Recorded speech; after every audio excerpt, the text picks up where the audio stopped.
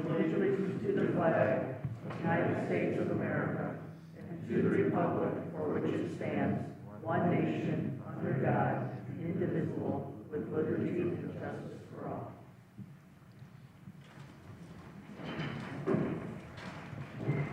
Golick, roll call. Markovich. Spitali. Here. Venez. Here. Kalwinski. Here. Ulacki. Here.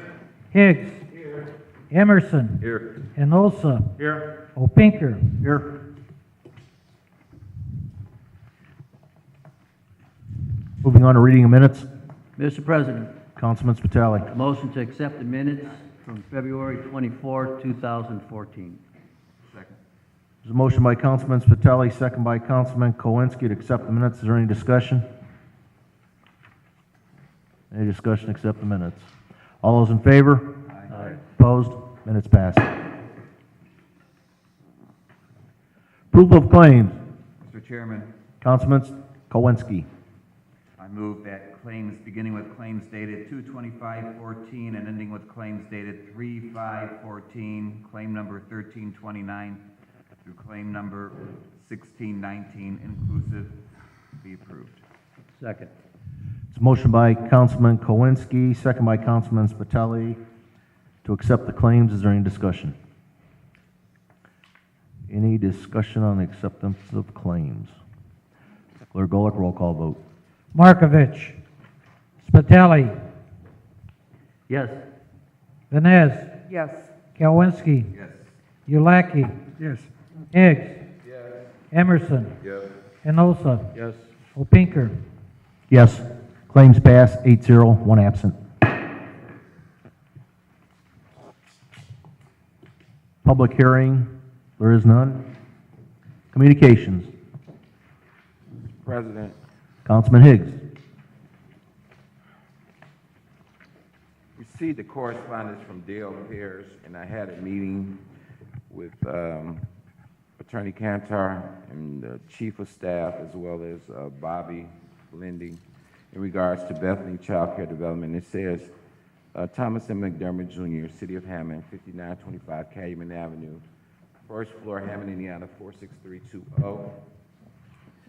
Dear Mayor McDermott, on Monday, January 27, 2014, after the regular Common Council meeting, we met with the City Attorney, Christine Cantor, Councilman Higgs, and Ola Smith to discuss the issue of 922 Highland Street, Bethany, being removed from the demolition list. After much discussion from no official notice to responsible parties of knowing the buyers of financial ability to purchase, you finally directed Attorney Cantor to remove the property from the demolition list. We have checked with the Lake County Recorder's Office, and to date, Attorney Cantor's office has not complied. Therefore, the property cannot be sold. And furthermore, she is insisting on an inspection and rehabilitation to the property before the property is sold. Mayor, according to the Greater Northwest Indiana Realtors Association, there are no state or city ordinances that compels a seller to have a municipal entity conduct a pre-inspection on their property and accept them to rehab it in any extent before the sale of the property, period. The property is listed and sold as is with a Pro Realty Incorporated, period, and we have a buyer that has made an offer to purchase it, comma, as is. Mayor, as directed Attorney Cantor to remove 91822 Highland Street from the demolition list. Time is of the essence. The matter needs to be resolved immediately. Our buyer presence is wearing thin. Respectfully submitted, Dale Pierce, 1017 Lion Street, Hammond, Indiana, 46320.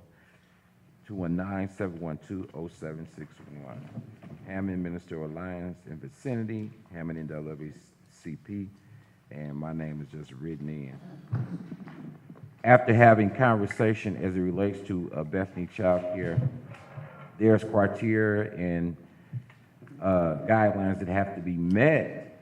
From my understanding, none of those have been met thus far as it relates to this particular property. I think Attorney Cantor I don't know where she went to, or Bobby could probably explain it better, but, Attorney Cantor's here. okay, I'm sorry. But, excuse me, I mean, I've lost a family member, so I'm kind of delirious, but,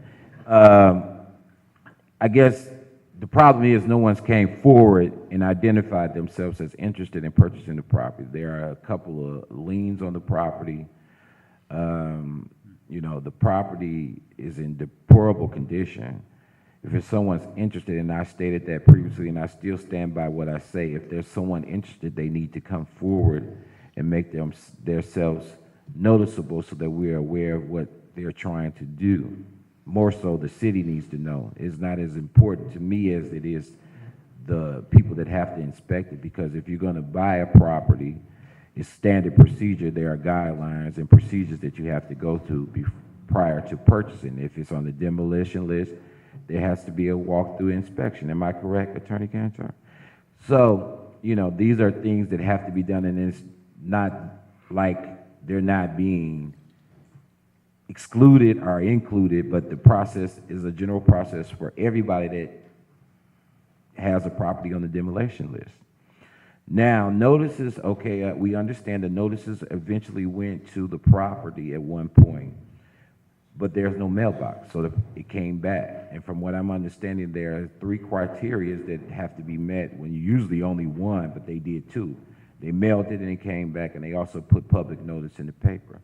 I understand the property has been on the demo list since October. No one spoke in terms of that. Now, we bring the issue up, and we're here, we in March, and what's happened? No one's came forward and said anything in regards to this particular property.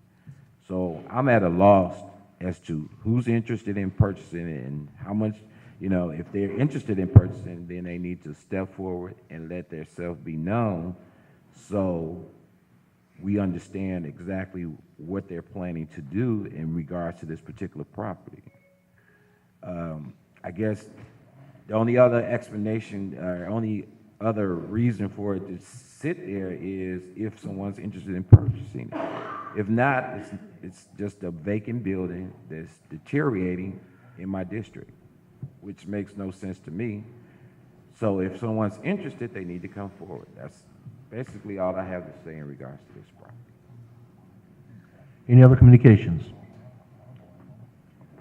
Any other communications? Communications is now closed.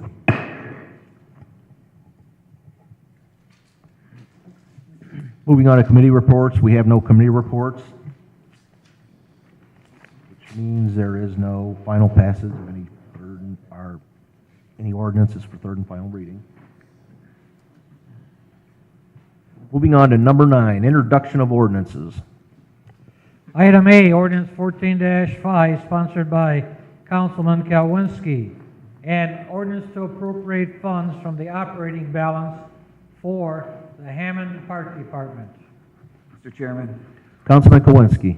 I move that 14-05 pass through first and second reading and be referred to council as a whole with a public hearing to be scheduled on 4/14/14.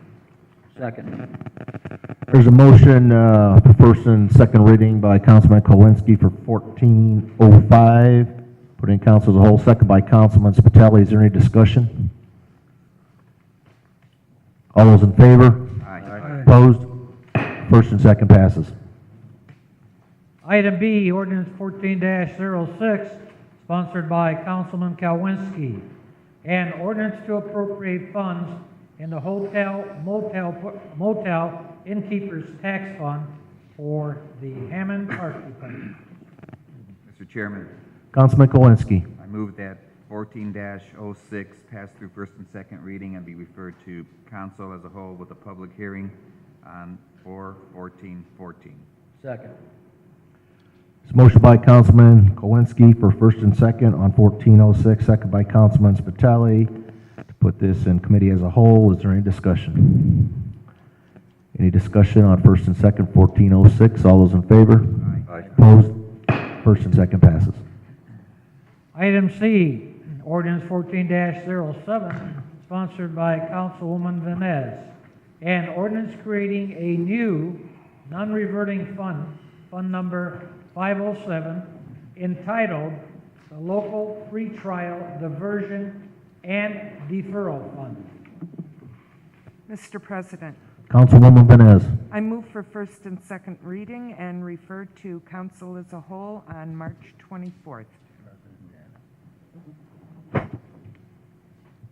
There's a motion by Councilwoman Venez. Do I have a second? Second. Second by Councilman Emerson. Put 1407, council as a whole. Is there any discussion? Mr. President, Councilwoman Venez. this is a non-reverting fund that's being established for dollars generated by an infraction deferral program that Judge Harkin and the Lake County Prosecutor Bernard Carter are working on. This fund will take the dollars that are generated from this program, which allows an individual who has a driving infraction to pay $189.50. If they have a clean driving record for a period of 6 months, that driving infraction does not go on their driving record, and the $189.50 will pay for court costs, and the remainder will be split between Judge Harkin and the Lake County Prosecutor. And Judge Harkin intends on using those funds to pay for part-time help in the court. Any other discussion? All those in favor? Aye. Opposed? First and second passes. President Opinker, that concludes the introduction of ordinances. Thank you, Clerk Golick. Moving on to resolutions. Item A, Resolution 14R08, sponsored by Councilman Hinosa. A resolution supporting expansion of Medicaid. Mr. President, Councilman Hinojosa. I move for final passage of 14R-08. There's a motion by Councilman Hinojosa, second by Councilman Higgs for final passage. Is there any discussion? Mr. President, Councilman Hinojosa. there was a study came out in the Times newspaper on February the 9th that says the death toll can rise in the state of Indiana by 250 to 758 annually by not passing this Medicaid expansion. And the state of Texas, it can be as high as 2,000. And just something that puzzles me is that you have legislators that are pro-life, but that they're not for expanding health care. That don't make no sense. I know Local 1010 has passed a resolution already, and they've sent letters to all the legislators. A couple things to think about, you know, how many people without health care can get a mammogram? Preventable diseases such as flu and pneumonia, how many people will get the flu shot and die because they can't pay the $30 to $40? How many women, particularly poor, have been exposed and can't get a pap smear? People left with untreated diseases, high blood pressure, diabetes, can end up with more serious health issues. The legislation closes this Friday, and our hope is that the governor and the legislators reconsider their position. I move for final passage. Any other discussion? Clerk Golick, roll call vote. Harkovich. Spitali. Yes. Venez. Yes. Yawinski. Yes. Ulaki. Yes. Higgs. Yes. Emerson. Yes. Enosa. Yes. Opinker. Yes. 14R08 passes 8-0, one absent. President Opinker, that concludes the reading of the resolutions. Thank you, Clerk Golick. Moving on to new and unfinished business. Mr. President, Councilman Emerson. in regards to the proposed South Shore expansion project that's been in a lot of places lately, one place it hasn't been is in my mailbox, either email or snail mail or consul mail. I've received nothing about the details, and I have primary questions about the funding, a million other questions, a new rumor from the radio or who knows where comes up every day. So I'm not opposed to transportation, but my question, beyond funding, I have a million questions, and I was thinking that collectively up here, this body represents over 80,000 people. More importantly, the proposed project runs through the heart of the 4th District, which has over 14,000 people, Councilman Higgs's district, and to a certain degree, Councilman Ulacki's district. And beyond that, like I said, we all represent the whole city. And we, as far as I know, talking to my few colleagues, we have no information that we can actually put our teeth into. There's a million opinions out there, but to that end, and again, I think we may be for it. We just know nothing. I mean, the average person on the street has more opinions about this than I do. And to that end, I would like to make a motion here to have a letter sent to Congressman Pete Wiskowski, inviting him to our next meeting if possible. If he could not make it to the meeting or another meeting, that he send us a letter or with an explanation of the details of the proposed project. As I said, I'm sorry, that would be the crux of my motion, Mr. President. There's a motion by Councilman Emerson to send Pete Wiskowski a documentation to attend the next council meeting, which is on the 24th. All those in favor? Aye. All those opposed? Motion granted. You need a second, Mr. Point of order, you didn't get a second, though. Second. Okay, now we can go. Thank you, Councilwoman Pinellas. Any other new and unfinished business? Mr. President, Councilman Higgs. certainly, I haven't received any correspondence as it relates to that expansion of the South Shore as well. And I would like a letter sent to the RDA board in regards to the expansion and how is it going to affect the city of Hammond as well as my district. Certainly, if there's going to be some demolition or relocation or whatever, I need to get some general ideas so that my constituents are aware of what's going to be affecting them in the future. So certainly, I would like a letter sent to the RDA board, and maybe we can get some of the representatives from the board to come out and give us some input as to which direction they're planning on going with this expansion. I so move. There's a motion by Councilman Higgs, second by Councilman Emerson to send the RDA a letter to and also invite them to the next council meeting on the 24th to explain their situation. All those in favor? Aye. Opposed? Motion granted. Mr. President, Councilman Higgs. I'd like to send a letter to Phil Talon from redevelopment in regards to the Woodmart project, and so I can get a status on it. I know I had sent a letter previously to the Board of Works, but I need to direct it to him and maybe Wanda Miller, and they can give me a general idea as to what's going on with that project. I so move. There's a motion by Councilman Higgs, second by Councilman Hinojosa to send a letter to Phil Talon in regards to Woodmar Mall. All those in favor? Aye. Opposed? Motion granted. Mr. President, Councilman Higgs. I certainly want to say thank you to those who sent their condolences in regards to my aunt, who was funeralized on Friday in Freeport, Illinois. So Sheriff Bonsage and my colleagues, and as well as Jerome Prince, for their condolences. So I just wanted to say thank you. Also, I received a correspondence from the City of Hammond, Office of the Common Council, to the principals, and it's pertaining to scholarship fund, and it's generally just saying that the Hammond City Council is once again providing 1,000 scholarships to high school seniors graduating on June of 2014. Scholarship applications are included in this memorandum, and I have a copy of it. If anyone wants to take a look at it, I have it and what the criteria is or whatever, and just wanted to make sure you guys know that I had a copy. Any other new unfinished business?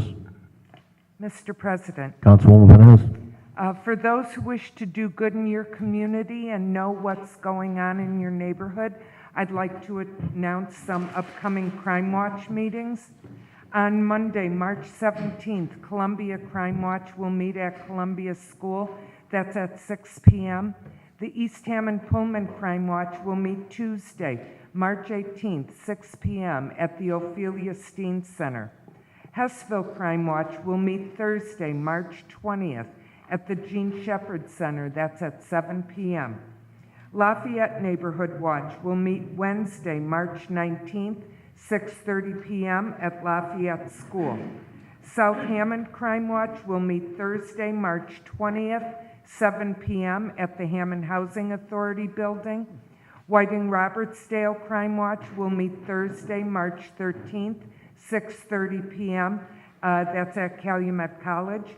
And Woodmark Crime Watch will meet Wednesday, March 12th, 6 p.m. at the National Guard Armory. And that is how change happens, one gesture, one person, one moment at a time. Thank you. Any other new unfinished business? New unfinished business is now closed. Moving on to public expression. We have two speakers this evening. First speaker will be Mrs. Gray. Excuse me, Attorney Cantor, are you going to address the floor so you can read your... You want me to? I would, please. Thank you. I appreciate it. Does the council have questions, or? I just wanted you to give a general idea as to what's the status of Bethany, so all minds and hearts are clear. Okay. The action against Bethany Child Care Center, which is over right there on Highland Street, originated back in April. The City of Hammond received a letter from the councilman in April of 2013 saying that due to the deplorable condition of the property, which has been vacant without power and utilities since 2009, several windows are boarded up, several windows are wide open to the elements and have been open to the elements for some time. There's trash in the yard. It's quite a mess. Due to the deplorable condition, I'd like this property referred for the demolition list. So we placed it on the demolition list. In October, we had the hearing. October 17th, it was affirmed for demolition. The required procedure for notice is to notify all parties as they are listed on the title report. The title report lists a administratively dissolved corporation with an address. That address, unfortunately, when you send mail to it, there's no mailbox, so it is returned. It is the only address on the title work for that property. In addition, there is a $25,000 redevelopment loan on the property, and there's some federal tax liens on the property. We also publish notice in the paper, and we also physically attach a notice to the front door of the property on 2 occasions, and we photograph this notice so that there's proof that it was actually posted. So any person who is visiting the property or going past the property would see that there was some sort of a notice on the door. Nobody showed any interest in the property, no repairs were made, no action was taken. October 17th, it was ordered demolished. That was recorded on the property. In January, we again repeated the exact same steps. Notice was mailed, published, and posted for the opening of the bid, which was the beginning of January 16th, I think, I'm guessing on the date. At that time, persons who were affiliated with the property, the administratively dissolved corporation, approached and said, we've got a buyer. Don't tear the property down. We said, okay, fine. If you've got a buyer, you can do what every other person does who's got a property on the demolition list. We have a resolution, which was passed in 2009, outlining this procedure for removing a property off the demolition list. And we have processed 400 properties through demolition since the program commenced in 2008, and many have been rehabilitated. An individual who is interested in rehabilitating the property first tours the property with the building commissioner so he can indicate what needs to be done, because what the city does not want is some flipper picking up a property, putting a new coat of paint on it and selling it to a family, and all the wiring is bad and there's a fire. So we want it done right, and we want it done to code. And if it's been vacant since 2009, believe me, it's going to be expensive to fix. So we said, fine, we will take no further action on this demolition. Your buyer can come to the city, meet with us. We can go through an inspection, tell them what needs to be done, and draft an agreement to rehabilitate. And this has been reiterated over and over and over. And since January to right now, at this moment, no buyer has come forward to the city of Hammond and says, I am going to be the buyer of this property. I am going to make repairs. Here's who I am. Let's do something. That hasn't happened. The property remains in its condition. Anybody wants to can drive over there. If you go around the back, at the time I took some pictures in January, there were footprints in the snow going into the back of the building. I don't know who's been in there. Last summer, we chased some guy who was living in there. It's a problem we have with abandoned properties that people go in and tear out all the copper, they tear out all the copper pipes, they tear out all the copper wiring, they start fires, they do drugs, they leave garbage, the place burns down. We've had many fires, and especially over on the Sibley streets, we had many, many fires. It's a serious problem. Nobody has come forward, and it's the city's intention to move forward. And that's all there is about that. Reinforce what is the project? I know you said you sent the letter, there's no mailbox. Correct. You put notice in the paper. Correct, and we taped it to the front door. Even if a buyer should purchase that property, the property still has to be inspected. The property still has to be inspected. Anybody who purchases it still has to pay off redevelopment's lien and any federal tax liens that are on the property. So anybody who's interested in buying the property has to take care of those clouds on the title first before they even get to the point of rehabilitating it. And how many liens are there? Well, there's a $25,000 redevelopment loan that was never paid back, and there are some federal tax liens, and I don't have the exact amount, but they are substantial. Okay. And we just updated the title policy for the January bid notices, and it still appeared on the title policy for the January bid notices. We haven't run a title policy update since then because there's no point. So what is the status in terms of the Board of Work at this point? We're just going to proceed forward as soon as the weather breaks. You can't do anything now. The ground's too wet. The construction equipment sinks. It's no good. It's either got to freeze again or dry out. Because the foundation has to come out. So you're digging big equipment with big holes and muddy. It's just not a good combination. Well, thank you for your No problem. Glad to input. help. So if the buyer or the potential buyer, whoever they are, sees this video as an earshot, I'm telling you what to do because you obviously have not been told what to do. Come to the city. Meet with the city. We'll go through the building. We'll tell you what needs to be done to bring it up to code. It's been vacant since 2009, so any grandfathered pre-existing non-conforming uses have expired. It's going to go back to the original zoning. It's going to have to be brought up to ADA compliance. It's going to have to be done right. And that's the criteria for anyone that purchases abandoned property? Anybody. Thank you. Thank you, Attorney Cantor. All right, the first speaker will be Mrs. Gray.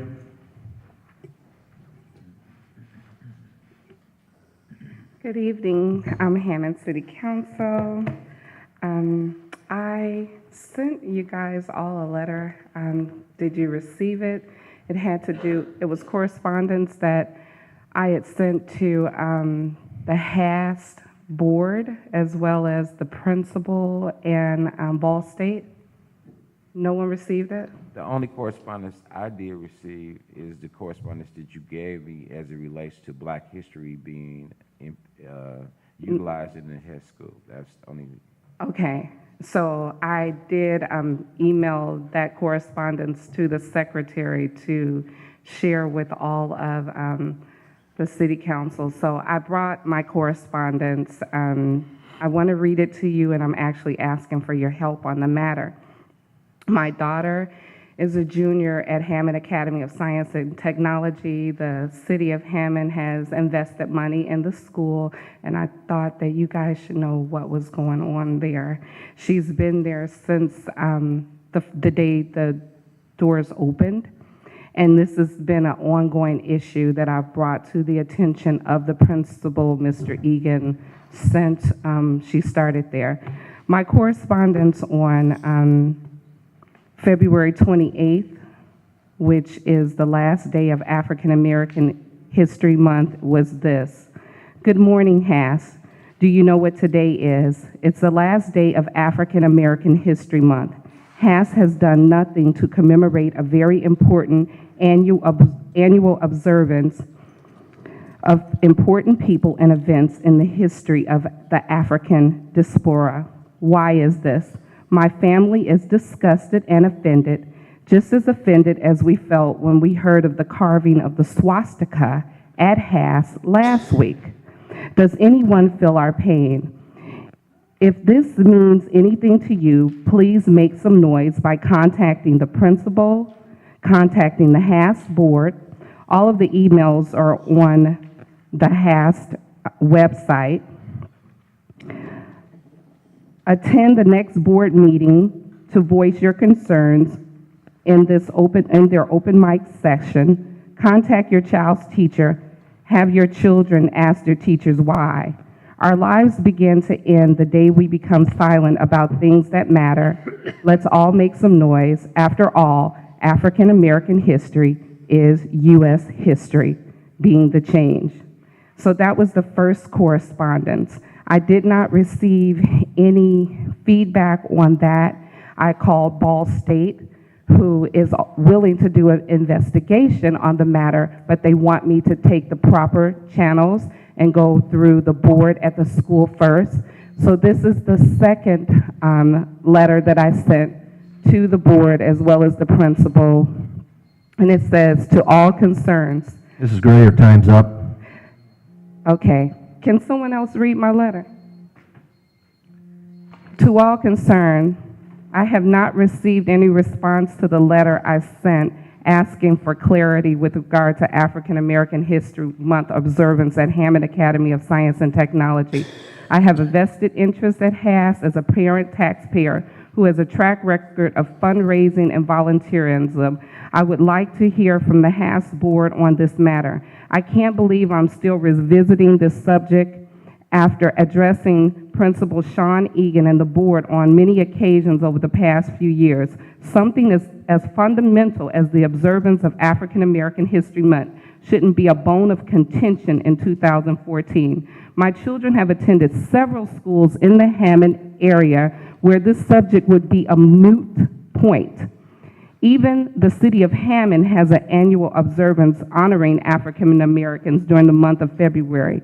If the United Kingdom, the Canadian states, the United Kingdom and Germany observe African American History Month, why doesn't HASS? After all, HASS will observe St. Patrick's Day, the Holocaust, Christmas, Cinco de Mayo, breast cancer, Valentine's Day, to name a few. To add insult to injury, while sharing these very important concerns with parents via flyers after school in the vicinity of HASS, I was confronted by Hammond police officers on one occasion and shooed away like a fly on another. In fact, ever since Friday, February 28th, Hammond police officers are now stationary at HASS. I just want to know why. At this point, I feel like a patron sitting at a dime store counter waiting to be served. I expect an answer to all the grave concerns I have listed above ASAP. We are urging that this matter be put on the agenda at the next board meeting under communications. Because you have forced us to make some noise, we will attend the next board meeting, which will be March 14th at 4 p.m. If you guys can help me out with this, I'd really appreciate it. Thank you. If I can, Mr. President, I'd like to respond to this. Point of order. No, you can't. We're not, Okay, we're not having discussion here, Councilman Hicks. We'll open it back up, that's fine. Next speaker will be Mr. George Stoya.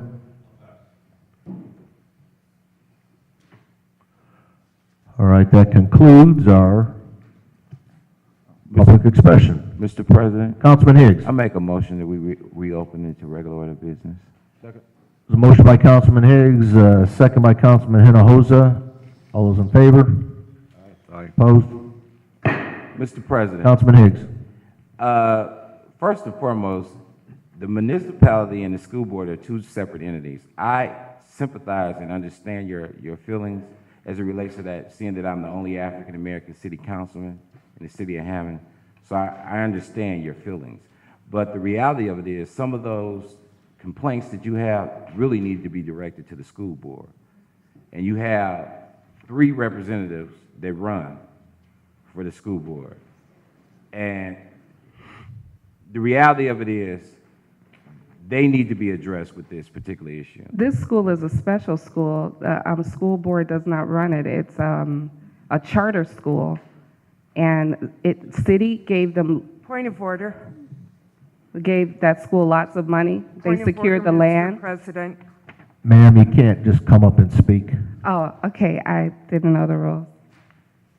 So in saying that, I mean, some of these particular issues, I mean, maybe you need to contact and get the community behind you and address it, you know. And if some of my colleagues are interested in joining forces with you and addressing the issue, that's totally up to them. But School city and municipality are two separate entities, and I don't know if they're willing to get involved, but all I can say is that I understand your thoughts. Mr. President, Councilwoman Vines. I am a member of the Haas School Board.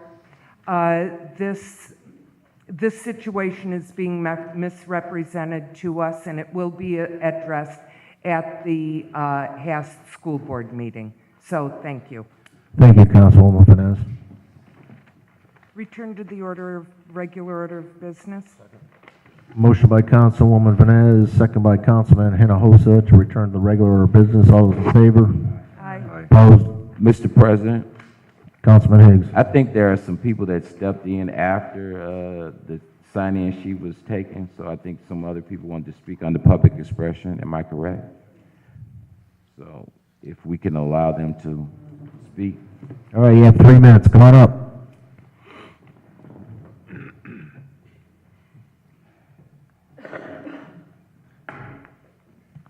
State your name and address. Good evening. My name is Dale Parrish, and I'm at 1017 Lion Street here in Hammond. I am coming to you today concerning Bethany Child Care and Development Center. After listening to what Attorney Kantar had to say regarding Bethany, there are some things that were not mentioned when she spoke about Bethany. One of them being that on January 27th, the mayor, along with Councilman Higgs, after speaking with them, both said they would take the building off the demolition list and would give us 6 months so that we could either sell the building or make the necessary repairs. If anybody recalls, January 27th, it was freezing cold out, and they said they would give us 6 months so that we could have that time to get in the building once the weather broke. The weather has just broke today, with snow coming tomorrow. The second thing is, as far as Bethany is concerned, the potential buyer did meet with Mr. Kearney of the building department, and he also told her that she would need to enter into a contract. Her attorney told her not to do that, simply because she doesn't have title to the building. And in order to sell the building, it has to be off the demolition list and not be deemed uninhabitable. The building was never tagged uninhabitable. The building, when we listed it in the property, no one ever tried to get in touch with any one representative from Bethany concerning the demolition or the problems that they were supposedly having with Bethany. Now, the board, the dissolved board does have keys, and I do go by there weekly to make sure that there are no vagrants or anything misrepresented as far as Bethany is concerned, which would make it unsafe or uninhabitable. The third thing is, if she enters, the building cannot be sold if we cannot pull title. With it on the demolition list, we cannot pull the title. Yes, we do have an interested party, but to get anything started, it has to be removed from the demolition list. The building is not uninhabitable. We've had city representatives come down and talk to us and to the potential buyer and state the fact. You know, it just seems like we're getting the runaround, and all we're trying to do is either sell the building or salvage it. If it can be salvaged, salvage it. If it can't, then let it go. But at least give us the opportunity by taking it off of the demolition list and letting a potential buyer buy the building and do what they want to do with it, which is repair it and make it put it on the tax rolls. That's all we're asking. And I got that from the mayor in voice, and he told me to speak with his office on the next day, which was January 28th, for a letter. Have not yet gotten a letter. They said they didn't say that, which is fine. Okay, Mr. Parrish, your time's up. This issue be looked at more in depth. Thank you. Who else would like to speak?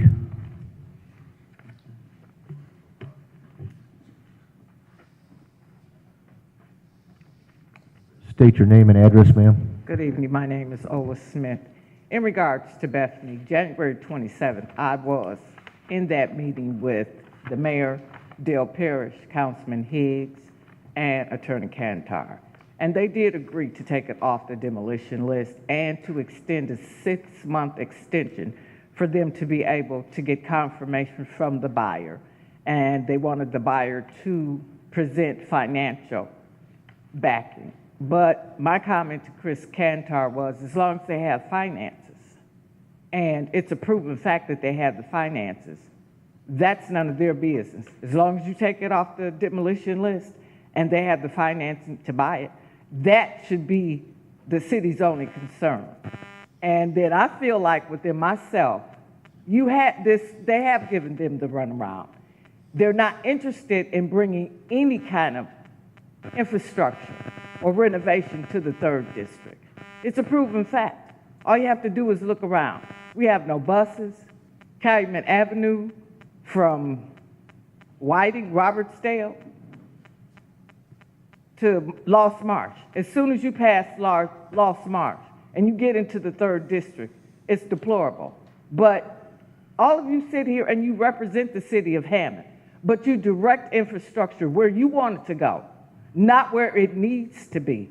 And I have a problem with that. And I'm going to make sure that the rest of the constituents of all of yours know the simple fact. Just like I ride through the city of Hammond and I see it, I'm going to suggest to them that that's what they do. We need representation. We don't need people who go along whatever is posed by the city council, the mayor, and whoever else. Thank you. Thank you, Ms. Smith. Anybody else like to speak? Public expression is now closed. Motion to adjourn? Motion by Councilman Hinojosa, second by Councilwoman Vines. All those in favor? Aye. Opposed? Meeting adjourned.